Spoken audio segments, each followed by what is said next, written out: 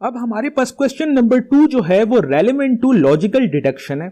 Logical deduction के हवाले से भी मेरी पूरी कोशिश होगी कि मैं आपको एक सिंपल सी ट्रिक समझा दूं, जो ट्रिक अगर आप अप्लाई करोगे किसी भी लॉजिकल डिडक्शन के सवाल पे तो ऑटोमेटिकली उसका आंसर आप प्रिडिक्ट कर सकते हो। उस ट्रिक को समझाने से पहले आपको वेन डायग्राम्स का नॉलेज होना चाहिए कि वेन डायग्राम्स क्या होती हैं, क्योंकि इस तरह के क्वेश्चंस को सॉल्व करने के लिए आपने सिंपली वेन डायग्राम्स बनानी होती हैं और ऑटोमेटिकली आप आंसर को प्रिडिक्ट कर लेते हो।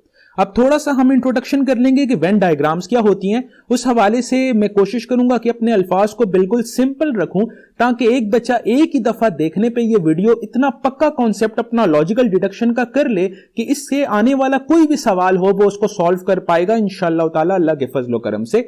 सबसे पहले फॉर एग्जाम्पल अगर मेरे पास ए सेट है जिसके अंदर एलिमेंट हैं 1 2 3, इसी तरह मेरे पास एक बी सेट है जिसके अंदर एलिमेंट है 3 4 5, तो इसकी अगर मैं वेन डायग्राम बनाऊं तो वो इस तरीके से बन सकती है। ठीक हो गया, ये मेरे पास सेट ए हो गया और ये मेरे पास सेट बी हो गया। अब यहां पे देखो कि ऐसी कौन सी चीज है जो इनमें कॉमन है। अब बी का 3 और ए का 3 कॉमन है तो वो मैं इस जगह पे लिख सकता हूं क्योंकि ये दोनों आपस में कॉमन है, ये दोनों शेयर कर रहे हैं। और जो उसके बाद मेरे पास रिमेनिंग एलिमेंट्स बच जाते हैं जैसे 1 2 और बी के जो रिमेनिंग एलिमेंट्स बच जाते हैं जैसे 4 5, वो मैं इस तरीके से लिख सकता हूं। अब इस डायग्राम को मैं इस तरीके से भी बोल सकता हूं कि सम ऑफ ए इज बी, और इस तरीके से भी बोल सकता हूं कि सम ऑफ बी इज ए, मतलब ए का कुछ हिस्सा जो है वो बी है और बी का कुछ हिस्सा जो है वो ए है। ठीक हो गया। अब दूसरी एग्जांपल को जल्दी से डिस्कस कर लेते हैं। फॉर एग्जांपल मेरे पास है सेट ए जिसके अंदर एलिमेंट हैं 1 2 3 और मेरे पास है सेट बी जिसके अंदर एलिमेंट हैं 4 5 6। अगर इसकी मैं वेन डायग्राम बनाऊं तो मैं इस तरीके से बना सकता हूं कि ये ए हो गया और ये बी हो गया। ठीक हो गया। ए के अंदर कौन से एलिमेंट हैं 1 2 3, बी के अंदर कौन से एलिमेंट हैं 4 5 6। अब इन दोनों के दरमियान कोई भी रिलेशन नहीं है, इसका मतलब है कि nothing of A is relevant to B and nothing of B is relevant to A. ये एग्जांपल 2 हो गई हमारे पास। अब हम थोड़ा सा एग्जांपल 3 को डिस्कस कर लेते हैं।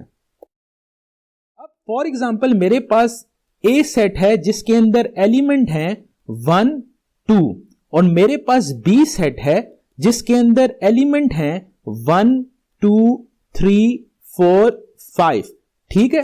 अगर इसकी मुझे वेन डायग्राम बनानी पड़े तो मैं इस तरीके से बना लूंगा कि जैसे फॉर एग्जांपल मेरे पास सेट ए है जिसके अंदर मौजूद हैं 1 एंड 2 एंड ऑटोमेटिकली यही दो एलिमेंट जो हैं वो बी के अंदर भी मौजूद हैं।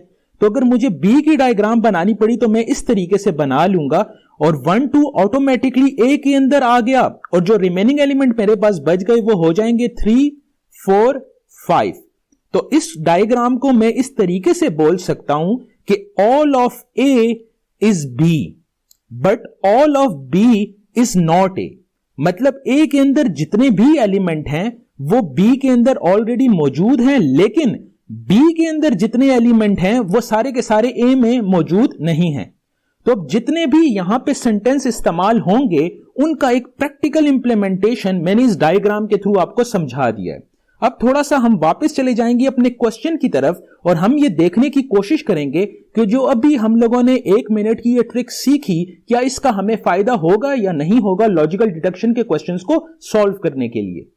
अब लॉजिकल डिडक्शन के एमसीक्यूज का मेथोडोलॉजी ये होता है कि सबसे पहले आपको 2 स्टेटमेंट्स दी जाती हैं जिनको आप कंसीडर करते हो कि ये ट्रू हैं, ये सच हैं, और इन 2 स्टेटमेंट्स की बुनियाद पे आपने अपना कंक्लूजन निकालना होता है कि क्या कंक्लूजन नंबर 1 सही है अगर इन 2 स्टेटमेंट्स को मैं सच मानूं, और उसके बाद क्या कंक्लूजन नंबर 2 सही है अगर इन 2 में स्टेटमेंट्स को सच मानूं। तो अब जो ट्रिक हम लोगों ने अभी रिसेंटली सीखी उसी की बुनियाद पे हम इस सवाल को हल करने की कोशिश करते हैं कि सबसे पहले हमने स्टेटमेंट्स को प्लॉट करना है और जो डायग्राम हमारे पास आ जाएगी उसकी बुनियाद पे हमने देखना है कि जो रिमेनिंग कंक्लूजन है क्या वो ठीक है या नहीं है। ठीक हो गया।